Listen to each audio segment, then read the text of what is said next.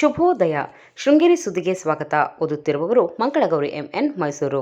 ಶ್ರೀ ಕ್ರೋಧಿನಾಮ ಸಂವತ್ಸರ, ದಕ್ಷಿಣಾಯನ, ಶರದ್ ಋತು, ಕಾರ್ತಿಕ ಮಾಸ, ಕೃಷ್ಣ ಪಕ್ಷ, ಪಂಚಮಿ, ಪುನರ್ವಸು ನಕ್ಷತ್ರ. ದಿನಾಂಕ 20-11-2024 ಬುಧವಾರ.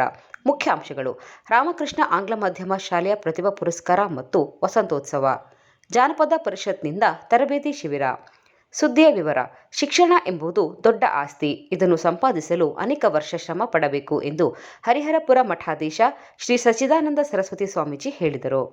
ಪಟ್ಟಣದ ಗೌರಿಶಂಕರ ಸಭಾಂಗಣದಲ್ಲಿ ರಾಮಕೃಷ್ಣ ಆಂಗ್ಲ ಮಾಧ್ಯಮ ಶಾಲೆ ಮಂಗಳವಾರ ಏರ್ಪಡಿಸಿದ್ದ ಪ್ರತಿಭಾ ಪುರಸ್ಕಾರ ಮತ್ತು ವಸಂತೋತ್ಸವ ಕಾರ್ಯಕ್ರಮವನ್ನು ಉದ್ಘಾಟಿಸಿ ಆಶೀರ್ವಚನ ನೀಡಿದರು. ಯಾರು ಬೇಕಾದರೂ ಕಷ್ಟಪಟ್ಟು ಪಡೆಯುವ ಆಸ್ತಿ ಎಂದರೆ ಶಿಕ್ಷಣ. ವಿದ್ಯಾವಂತರಿಗೆ ಎಲ್ಲೇ ಹೋದರೂ ಗೌರವವಿದೆ. ಅದೇ ರೀತಿ ಉನ್ನತ ಉದ್ಯೋಗ ಪಡೆಯಲು ಸಾಧ್ಯವಿದೆ. ವಿದ್ಯಾರ್ಥಿಗಳು ಓದಿನತ್ತ ಹೆಚ್ಚು ಗಮನ ಹರಿಸಿ ಪೋಷಕರು ಹಾಗೂ ಶಿಕ್ಷಕರಿಗೆ ಗೌರವ ತರಬೇಕು ಎಂದರು.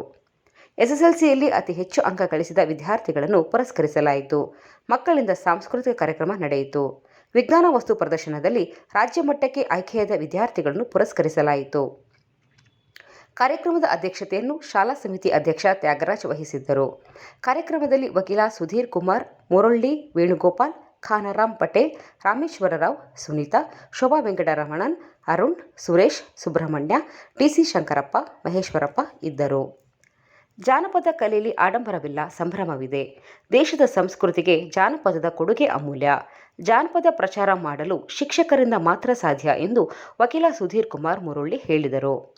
ಜೆಸಿಬಿಎಂ ಕಾಲೇಜಿನ ಸಭಾಂಗಣದಲ್ಲಿ ಮಂಗಳವಾರ ಕನ್ನಡ ಜಾನಪದ ಪರಿಷತ್ ಆಯೋಜಿಸಿದ್ದ ಜಾನಪದ ಕಲೆ ಕಲಿಯುವ ಬಗ್ಗೆ 4 ದಿನದ ಶಿಬಿರದ ಉದ್ಘಾಟನೆಯಲ್ಲಿ ಜಾನಪದದಲ್ಲಿನ ತತ್ವ ಮತ್ತು ಸತ್ವ ಎಂಬ ವಿಷಯದ ಕುರಿತು ಉಪನ್ಯಾಸ ನೀಡಿದರು.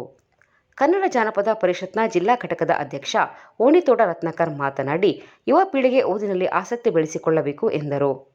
ಜಾನಪದ ಪರಿಷತ್ ಅಧ್ಯಕ್ಷ ಆಶೀಶ್ ದೇವಾಡಿಗ ಅಧ್ಯಕ್ಷತೆ ವಹಿಸಿದ್ದರು.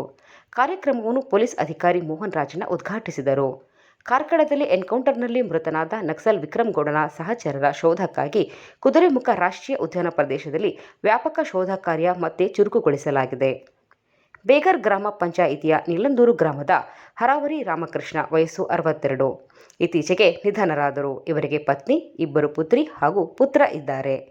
ನೆಮ್ಮರ್ ಗ್ರಾಮ ಪಂಚಾಯಿತಿಯ ಒಳಲೆ ರುಕ್ಮಿಣಿಯಮ್ಮ ಗಣೇಶಯ್ಯ ವಯಸ್ಸು 74 ಸೋಮವಾರ ಕೋಟೇಶ್ವರದಲ್ಲಿ ನಿಧನರಾದರು. ಇವರಿಗೆ 3 ಪುತ್ರರು ಇದ್ದಾರೆ.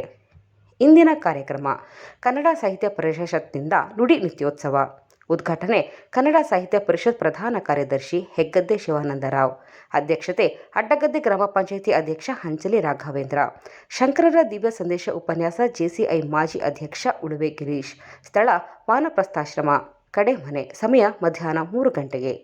ಸುದ್ದಿ ಸಂಪಾದಕ ಕೆಎಲ್ ಗೋಪಾಲಕೃಷ್ಣ, ಸಹಕಾರ ಕೆವಿ ರಮೇಶ್, ತಾಂತ್ರಿಕ ಸಹಕಾರ ಮಿಥುನ್ ಗುಡ್ಡೆತೋಟ ಮತ್ತು ಸೌಮ್ಯ ವಿಜಯಕುಮಾರ್. ಜಾಹೀರಾತು ಹಾಗೂ ಪ್ರತಿಕ್ರಿಯೆ ನೀಡುವವರು. ಶೃಂಗೇರಿ ಸುದ್ದಿ ಕೇಳಲು ನಿಮ್ಮ ಹೆಸರು, ವಾಟ್ಸ್ಆ್ಯಪ್ ಸಂಖ್ಯೆಯನ್ನು 9448843831ಕ್ಕೆ ವಾಟ್ಸ್ಆ್ಯಪ್ ಮಾಡಿ. ವಂದನೆಗಳು.